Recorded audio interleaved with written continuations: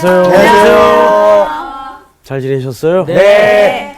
아, 교실이 새로우니까 새롭게 보이네요. 네. 반갑습니다. 맞습니다. 앞에 이렇게 테이블이 있다가 없으니까 훨씬 좀 더 가까운 느낌이 들죠? 네. 더 잘생겨 보이세요. 그래? 네. 시작도 안 했는데 이상하게. 좋습니다. 그 교실이 새로워져도 복습은 여전합니다.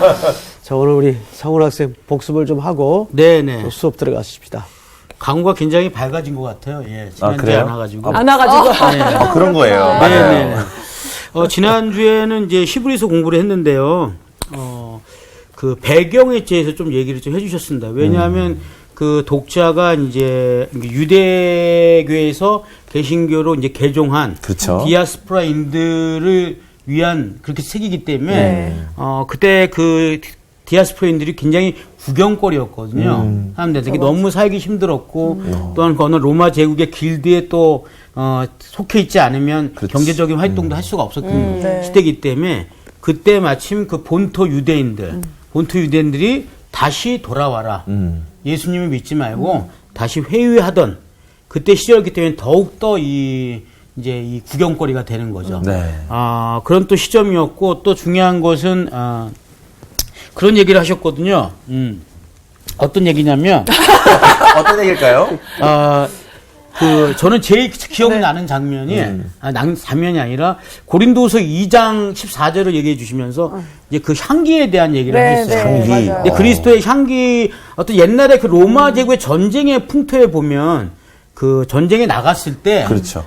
승리를 하면 맞아요. 향을 먼저 피웠거든요. 들어올 때 대하리도 네. 제일 네. 먼저 그 향을 이렇게 들고 그렇죠. 들어오잖아요. 근데 정말 놀라운 거는 그 전쟁에 참여를 했든 안 했든 간에 그때 같이 갔던 사람들은 전부 거기에 대열에 그러니까 승리 대열에 이제 합류를 한다고 합니다.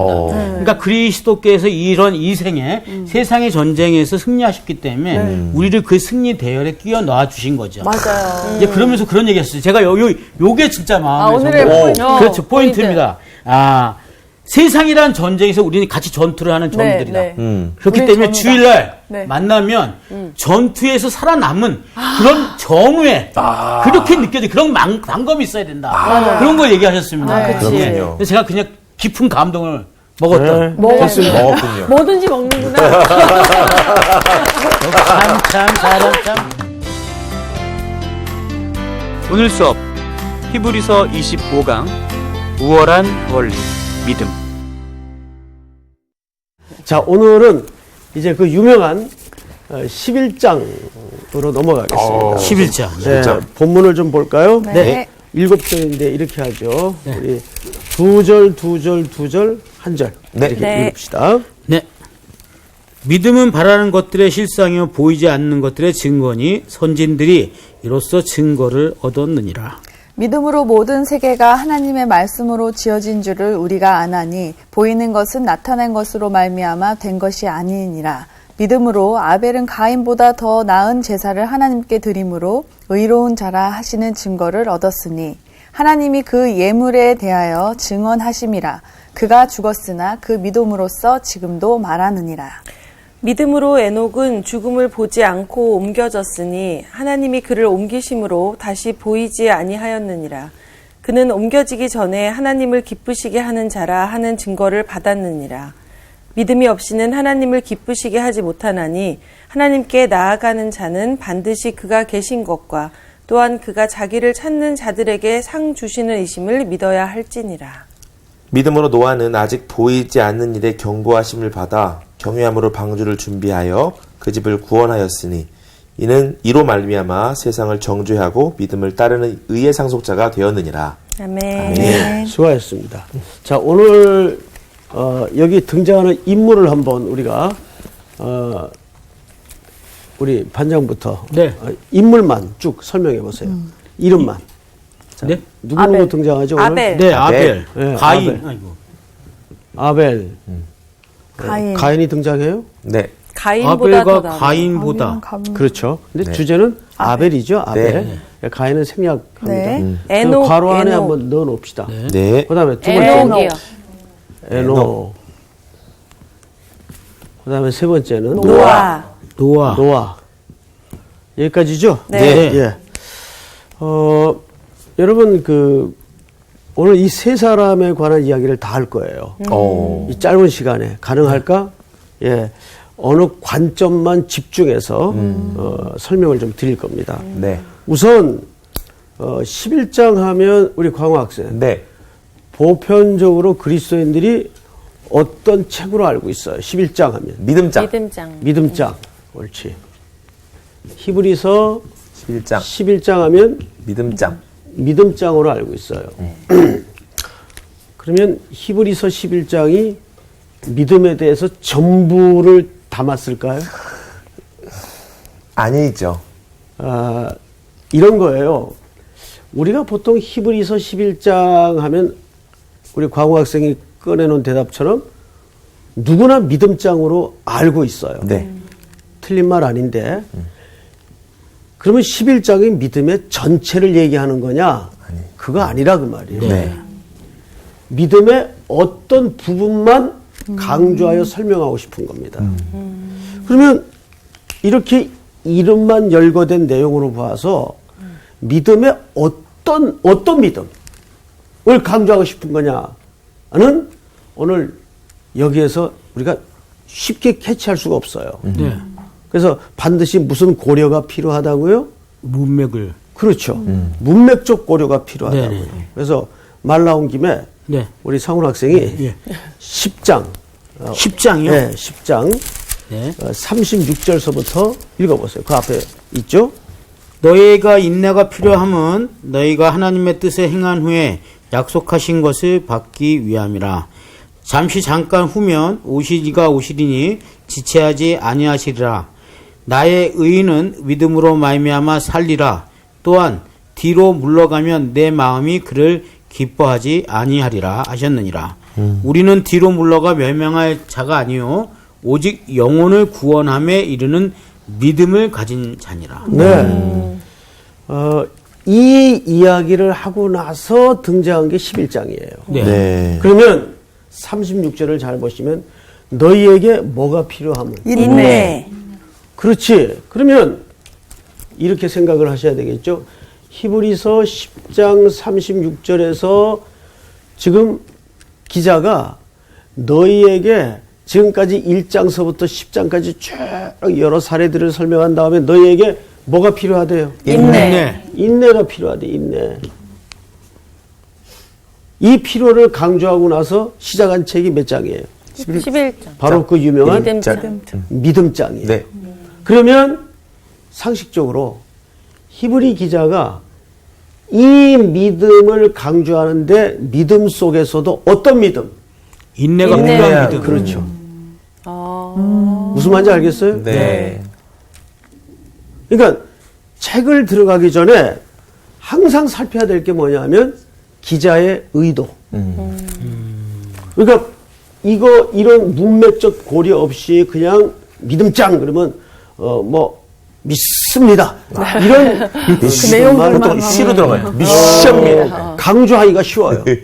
물론 그런 믿음도 필요하지만 특별히 믿음의 여러 요소들이 구성되어 있는데 그 중에서 어떤 믿음? 인내. 인내에 대한 설명을 믿음이라는 주제로 씌워서 하고 싶었던 거예요. 네. 자, 그러면 이제 다음 단계로 넘어갑니다. 네. 이제 첫 번째 인물이 누구냐면 아벨. 아벨입니다. 아벨. 자, 1절서부터 제가 다시 한번 볼게요. 믿음은 바라는 것들의 뭐예요? 실상이요. 보이지 않는 것들의 뭐라 그러죠? 증거라. 예, 실상과 증거. 자, 이 설명이 제가 우리 학생들 만나기 전에 이게 참 간단한 얘기 같지만 설명하라면 어려워요. 딱히 설명할 방법이 별로 없어요. 네. 보통 여러분 교회 다 이제 본당 앞에 강대상 구조를 머리에 염두에 두고 생각을 해보세요. 이제 저희 교회 같은 경우에는 단이 나무로 돼 있어요. 요즘 이렇게 유리로 많이 하더군요. 근데 이제 저희는 이제 나무로 전부 이렇게 돼 있습니다. 이제 그림을 이게 이제 못 그려가지고 이제 이게 강대상이 이렇게 있겠죠. 오, 잘 그리셨네요. 야, 강대상처럼 보입니다. 그리고 이제 여기 우리 이제 청중들이 쭉 앉아 있어요. 네. 네. 그러면 이제 강대상에 이제 제가 설교하려고 서면은 항상 요 밑에 네. 단? 이렇게 발판이 하나 있어요. 발판. 발판이. 네. 이 발판은 요 밑으로 들어갔다 나왔다 해요. 오, 오, 이거 좋은 건데요. 신기하다. 아니, 좋은 게 아니고 그냥 쑥 집어넣으면 들어가는 거예요. 필요하면 빼내는 거예요. 근데 이제, 이런 예를 들 수 있어요. 제가 이렇게 서 있는 걸로 봐서 네. 제가 어디 위에 서 있다는 게 안 보이지만 알 수 있습니까? 알 수 없습니까? 알 수 있죠. 알수 알 수 없다. 알 수 있죠. 네. 네. 왜냐하면 내가 지금 상체가 보이잖아요. 그러니까요. 네. 그럼 목사님이 어디 지금 위에 올라가 서 계시구나. 있구나.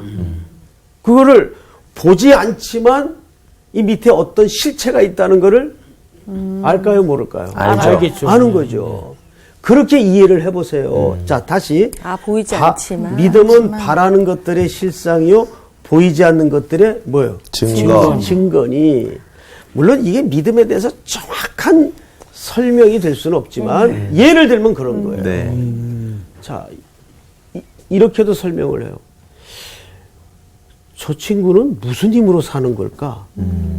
왜 그런 의문을 갖냐 하면, 다 주었는데도 하나님만 의지하고 또 다 걷어갔는데도 하나님만 의지한다면 사람들이 신비하게 생각하겠죠. 그렇죠. 그러면 저 친구가 일단 의지하는 게 뭐가 아니라는 게 확실하냐면 보이는 물질이 아니라는 게 확실해요. 네. 저 친구가 그거를 의지하고 사는 게 아니구나. 그럼 저 친구가 의지하여 사는 힘은 뭐지? 보이진 않지만 네. 분명히 의지하는 어떤 뭐가 있단 말이에요. 그쵸. 그게 오늘 이 얘기예요. 그래서 믿음은 바라는 것들의 실상이요 보이지 않는 것들의 증거니 선진들이 이로써 증거를 얻었느니라. 이제 선진들은 오늘 설명할 이분들이란 말이에요. 네, 네. 첫 번째 누가 등장을 해죠? 아벨. 아벨. 자, 아벨의 이야기를 좀 보십시다. 믿음으로 아벨은 가인보다 무슨 제사를 하나님께 드림으로? 더 나은 제사. 네.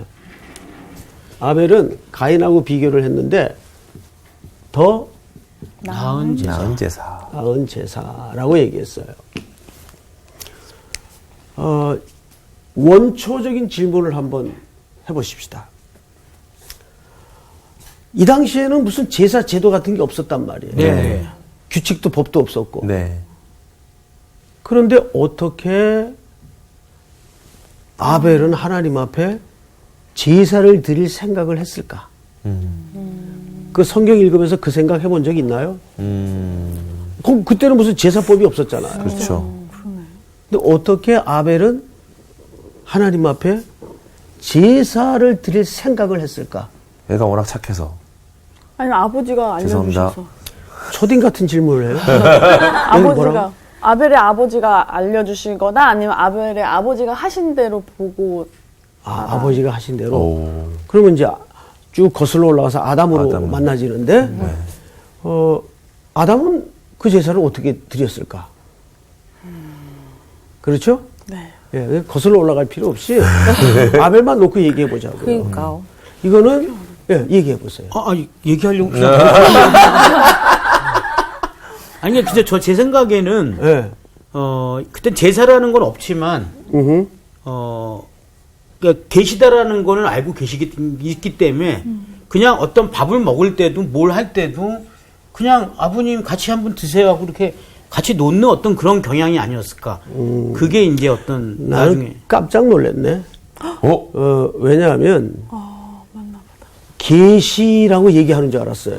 아버지는 계시. 다시 하겠습니다. 계시였습니다. 이것은 여러분 하나님이 계시해 주신 거죠. 믿음의 출처는 내 안에서 생성되는 게 아니라 아니죠. 맞아요. 하나님의 계시 아니에요. 네. 그럼 잘 보세요. 누구에게도 기시했을까요? 가인에게도. 당연하지. 맞아. 가인에게도 기시를 했어요. 가인 근데 두 사람의 제사는 달랐어요. 달랐어요. 제가 이제 며칠 전에 네. 우리 이게 지휘자분들이 여러 분 계시잖아요. 그래서 이제 부임하고 나서 그분들하고 이제 처음 식사를 같이 한번 했어요. 그럼 지휘를 하시는 분들이니까 다 음악인들입니다. 그 음악인들하고 이렇게 대화를 하면 참 재밌어요. 왜냐하면 같은 음악을 하는데도 장르도 다르고 그렇죠. 특별히 또 관점도 다르다. 맞아요. 예. 음악에 대한 철학도 다르고 이런저런 얘기를 하다가 갑자기 음치에 대한 주제가 나왔어요. 음치. 네, 음치. 오. 저는 아주 놀라운 사실을 들었어요. 뭐요? 예. 왜 사람이 음치가 되냐면 광호 학생 네. 왜 되는 것 같아요? 음치, 자기 소리를 잘 들을 줄 모르니까 그런 걸까요? 아니 들었는데 자기 마음 그게 맞다고 자기 마음대로 음을 내는 살짝 비껴가긴 했지만 이 음치들이 전문가들이 한 얘기가 이게 회로 속에 DNA 하나가 없대요. 그러니까 다른 사람의 소리를 못 듣는답니다. 오. 네, 속상하다. 듣질 못한대요. 못 듣는다고. 그러니까 남의 소리를 듣지 못하니까 누구 소리가 커져요? 내 자기 소리가 소리가. 그렇지. 그러니까 음치에 네 가지 특징이 있는데 난 네 가지나 네 네 가지 가지씩이나. 있어요. 첫째가 뭐냐면 남의 음악 소리를 못 듣는 거. 그러니까 두 번째로 자기 소리가 커져요. 네. 그렇죠, 상대적으로. 그리고 세 번째로 네.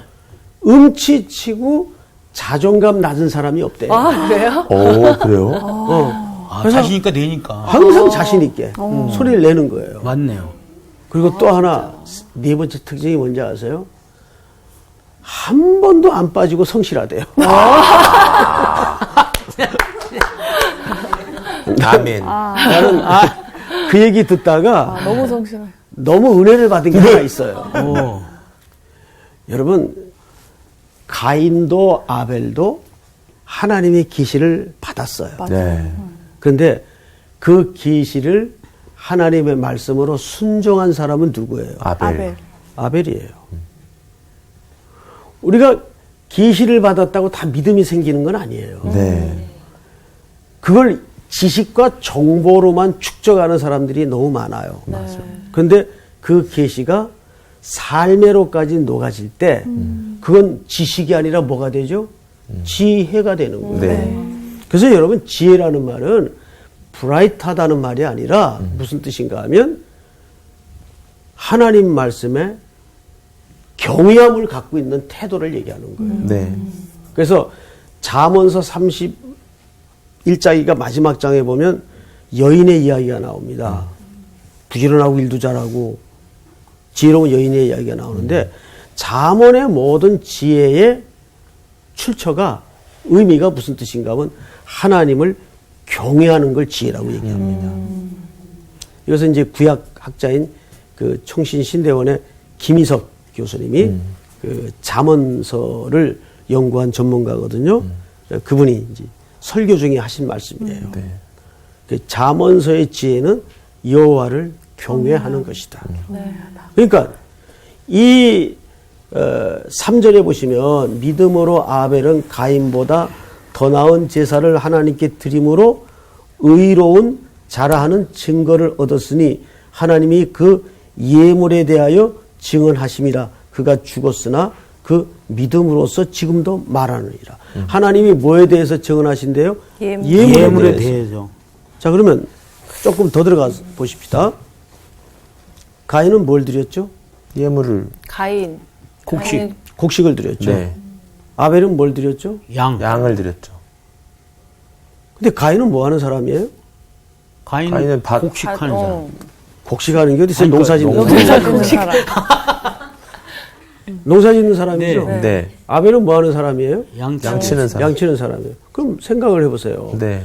양치는 사람이 양을 드린 게 당연한 거고, 네.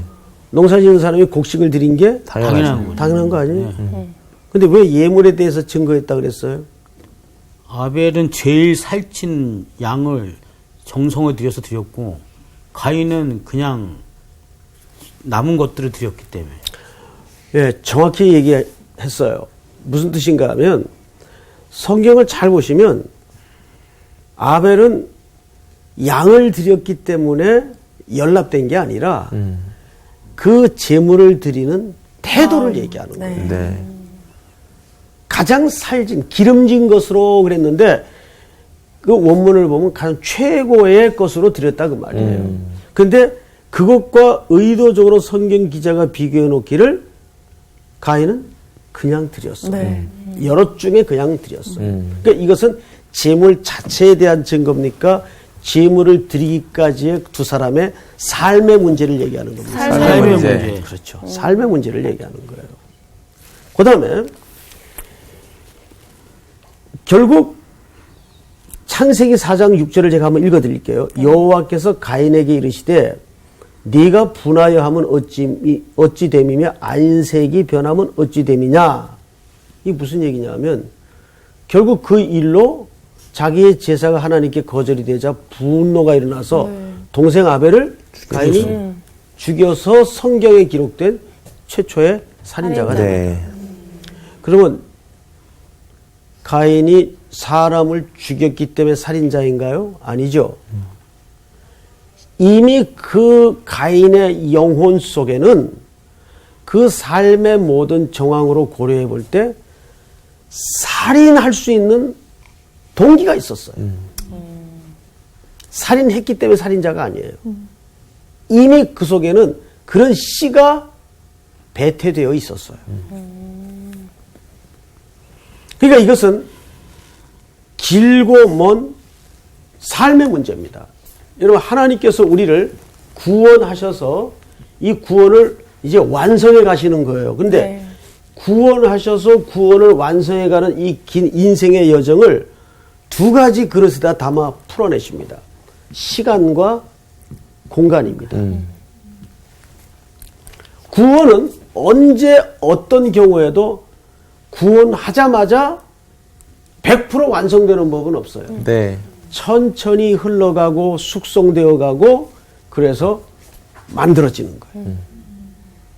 그래서 오늘 이 아벨의 더 나은 제사라는 말은, 그리고 가인의 제사가 왜 거절되었는가에 대한 문제는 두 사람의 대표적인 예시를 통해서 삶의 문제를 설명하고 싶었던 거예요. 네.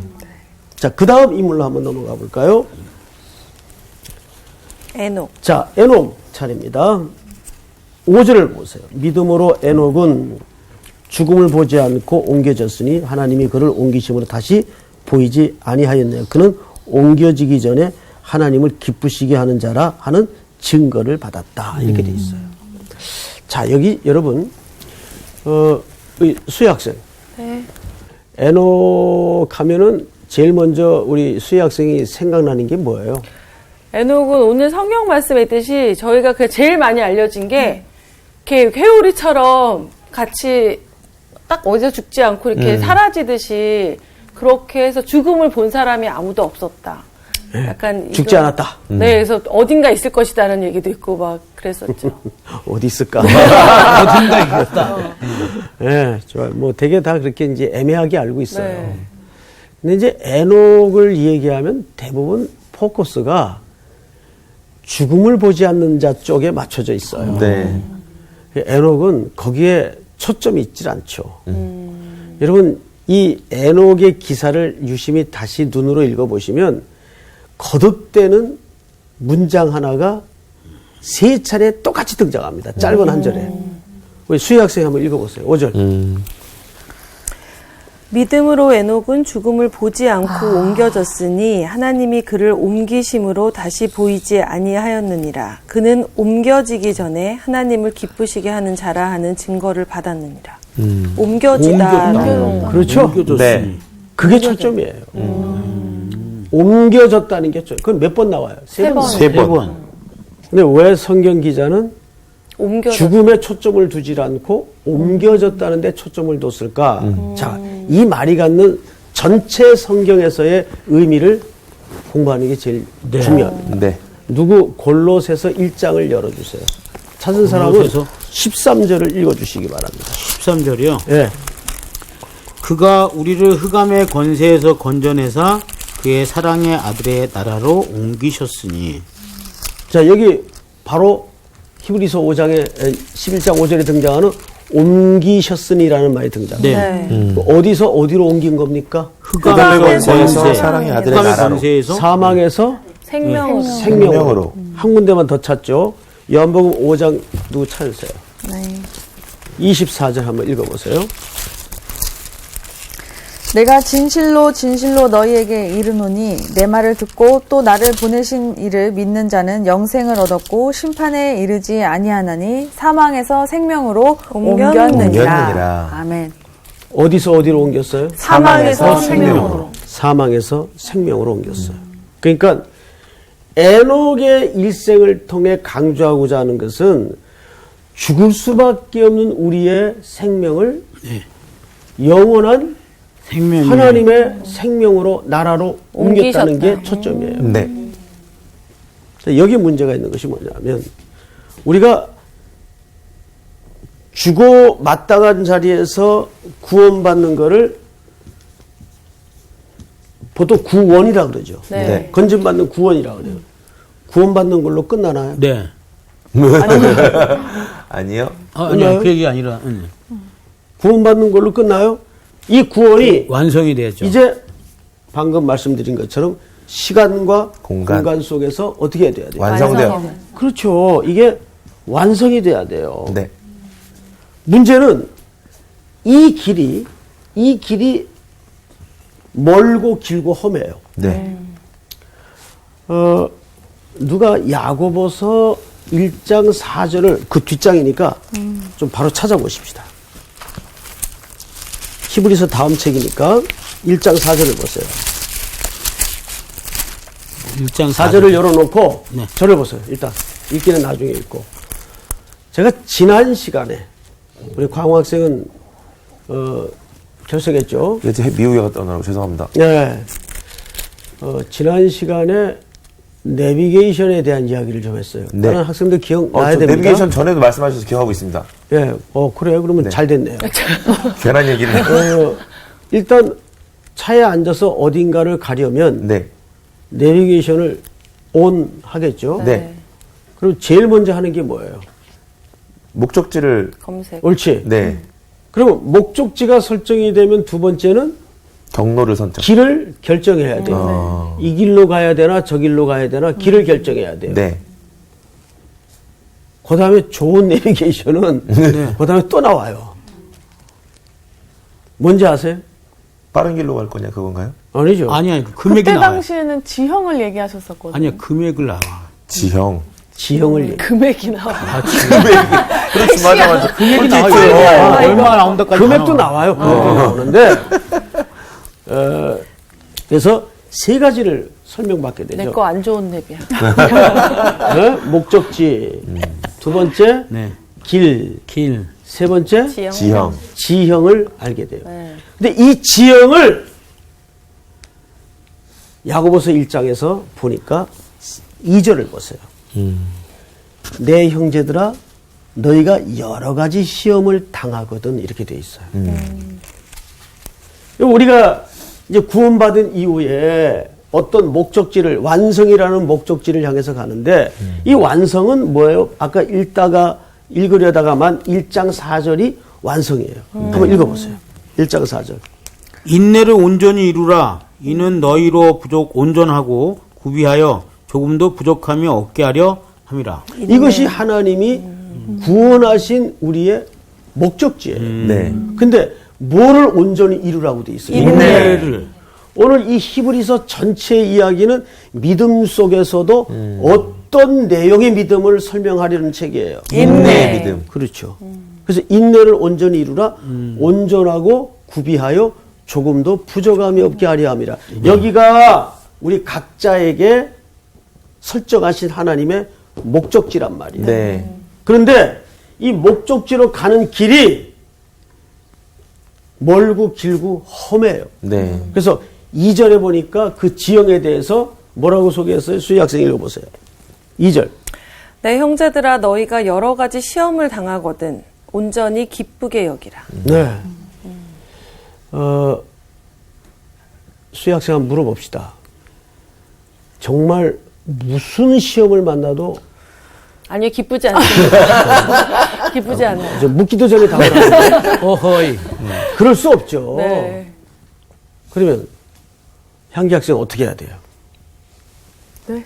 성경은 기뻐하라 그랬는데 기쁘진 않지만 우리를 기쁨의 자리로 끌어주실 하나님의 말씀을 생각하면서 기쁘게 생각을 계속 하려고 노력을 해야 돼요. 정확히 얘기했어요. 오, 역시. 빌립보서 4장에 보면 4절부터 쭉 집에 가서 읽어보세요. 항상 기뻐하라. 그렇죠. 그 기뻐하라가 명령형으로 돼 있어요. 네. 그래서 우리가 기뻐해야 되는 덕목을 내게 요구하는 신앙의 경주로 오해를 해요.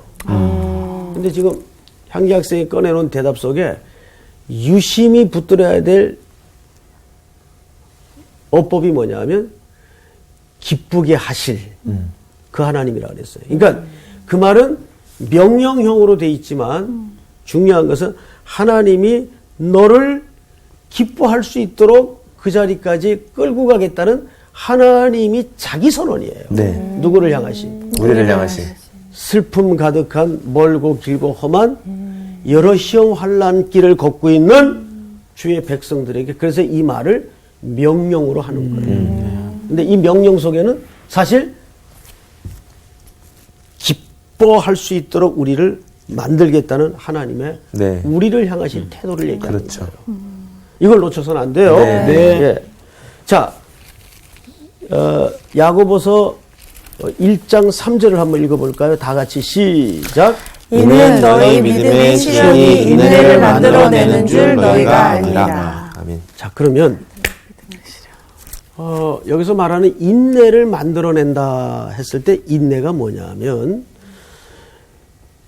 죄송하지만 이것도 우리 쪽에 어떤 의도나 시도나 태도를 강조하는 게 아니라 우리가 여러 가지 시험 환난을 만나지만은 그 하나님에 대한 분명한 믿음과 견고함과 신앙과 고백이 흔들리지 않는다면 지금 걷는 그 길에서 잘 버텨 서 있는 태도를 얘기하는 거예요. 네. 무슨 소리인지 알겠어요? 네. 그게 인내예요. 그게 삶의 경주예요. 자, 그 이야기를 우리 노아의 이야기로 한번 마무리해 보십시다. 자, 오늘 본문으로 다시 돌아가서 몇 절을 보시냐면 7절을 보세요. 7절을 우리 한번 같이 읽겠습니다. 시작. 믿음으로 노아는 아직 보이지 않는 일에 경고하심을 받아 경외함으로 방주를 준비하여 그 집을 구원하였으니 이로 말미암아 세상을 정죄하고 믿음을 따르는 의의 상속자가 되었느니라. 아, 여기 노아는 뭘 받았대요? 경고. 이 경고라는 말이 오늘 굉장히 중요합니다.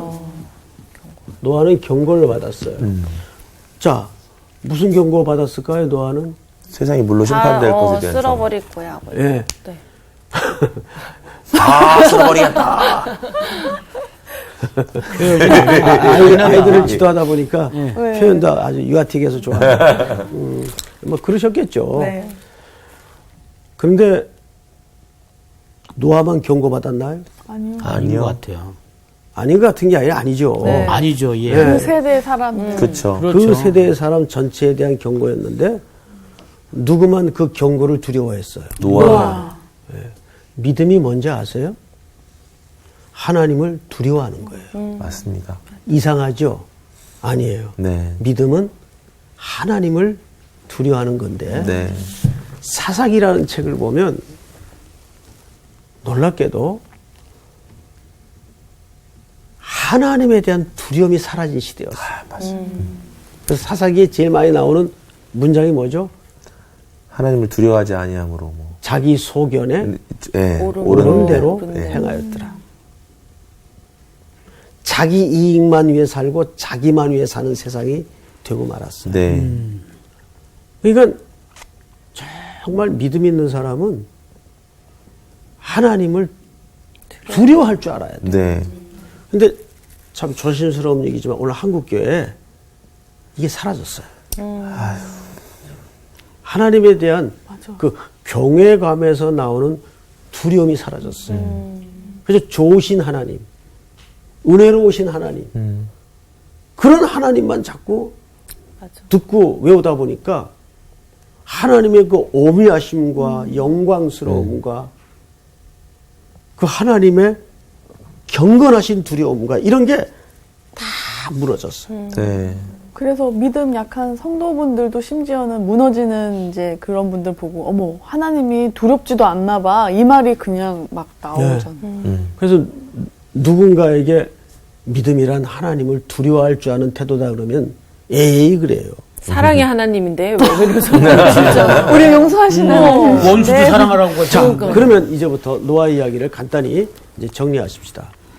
노아는 경고하심을 받고 그 경고하심을 뭘로 옮겼나요? 경외함으로. 실천으로 옮겼죠. 그렇죠. 실천했죠. 멀쩡한 날씨에 산 위에다가 방주를 엄청 장차 예수 그리스도의 모형이 되시는 방주를 뚝딱거리고 지었어요. 네. 꽤 오랫동안 120년 동안. 맞아. 그러니까 하나님에 대한 경외와 경건한 두려움을 삶으로 녹여낸 겁니다. 네. 꽤 긴 시간을. 네. 이게 중요해요. 아까 제가 서론 시간에 이런 말씀을 드렸죠. 누구나 하나님 말씀을 들어요. 네. 은혜도 받아요. 근데 그것이 삶으로까지 녹여내는 사람이 어떤 사람이라고 말씀을 드렸어요? 지혜. 네. 지혜란 잠언서의 주제인데 뭐라고 정의했죠? 경외하는 거. 하나님을 경외하는 게 지혜라고 지혜 했어요. 근본이. 그러니까 이 노아의 삶을 잘 연구해 보면 자 첫째 하나님께로부터 심판에 대한 경고를 받아요. 둘째 그것이 내면의 두려움으로 일어났어요. 네. 그리고 셋째 그것이 그냥 내면의 두려움으로만 머물렀던 것이 아니라 삶의 순종으로까지 이어졌어요. 그 결과 어떻게 됐나요?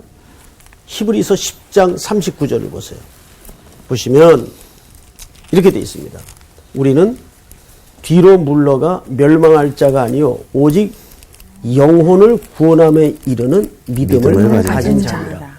결국 노아의 그 과정을 통한 순종이 누구를 구원했습니까? 우리를.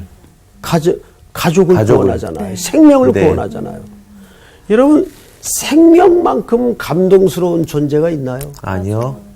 이게 엄마들 출산을 해보셨겠지만은 그 엄마의 뱃속에 10달 있다가 이 땅에 생명으로 태어날 때 그 아기의 그 꼬물락거리는 감동은 엄마와의 첫 만남에서 이루어지는 감동은 형연할 수가 없죠. 네. 그러니까 노아는 네 가지 과정에서 기억을 해야 됩니다. 첫째, 하나님께로부터 심판에 대한 경고를 받았다. 그것이 내면의 두려움으로 일어났다. 그리고 그것이 외적으로는 삶으로 길고 멀고 험한 순종이 있었다. 네. 결과는 생명을 구원하는 은혜를 잊게 됩니다. 네. 이것이 오늘 히브리서 11장에서 설명하고자 하는 이 세 사람을 통한 믿음의 어떤 부분? 인내의 부분. 인내. 기억하시기 바랍니다. 네. 자, 오늘 수업은 여기서 마치겠습니다. 네. 수고하셨습니다. 감사합니다.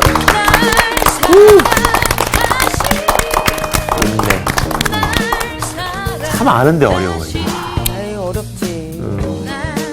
그러니까 인내가 얻어지기 전까지 우리 속에 또 그 하나님을 두려워하는 마음을 계속 갖고 있어야 저 인내도 그렇지. 이루어지는 맞아. 것 같아요. 그렇기 때문에 우리가 인내할 수가 있는. 그 요즘 청소년 사역들 이렇게 다니다 보면은 뭐 나는 주의 친구 뭐 이런 거 가사도 있고 막 그렇거든. 그러니까 친구 대신 예수님을 기억하는 것도 참 중요하지만 공의의 하나님, 위험하시고 영원하신 하나님의 그 속성 속에 들어가서 그런 것 가운데 좀 치밀함이 중요한 것 같아요. 맞아요. 저도 오늘은 되게 경외함이라는 단어가 굉장히 귀에 딱 오는데 우리가 물론 사랑의 하나님 뭐 인자하시고 오래 참으시고 맞지만 경외함을 잃어버릴 때 우리가 신앙 안에서 너무 자유롭게 내 마음대로 사는 경우가 되게 많아지는 것 같아요.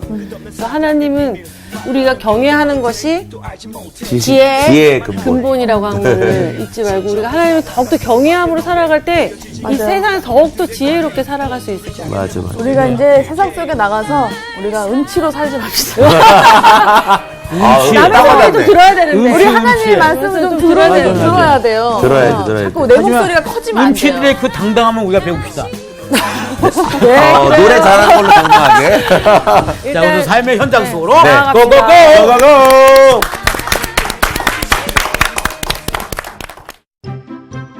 이번 주 퀴즈입니다. 히브리서에서 믿음의 조상으로 언급되지 않은 인물은 누구일까요? 1번 기드온, 2번 이삭, 3번 솔로몬. 정답을 아시는 분은 CBS 성서학당 홈페이지에 정답을 올려주시거나 우편으로 보내주시면 됩니다.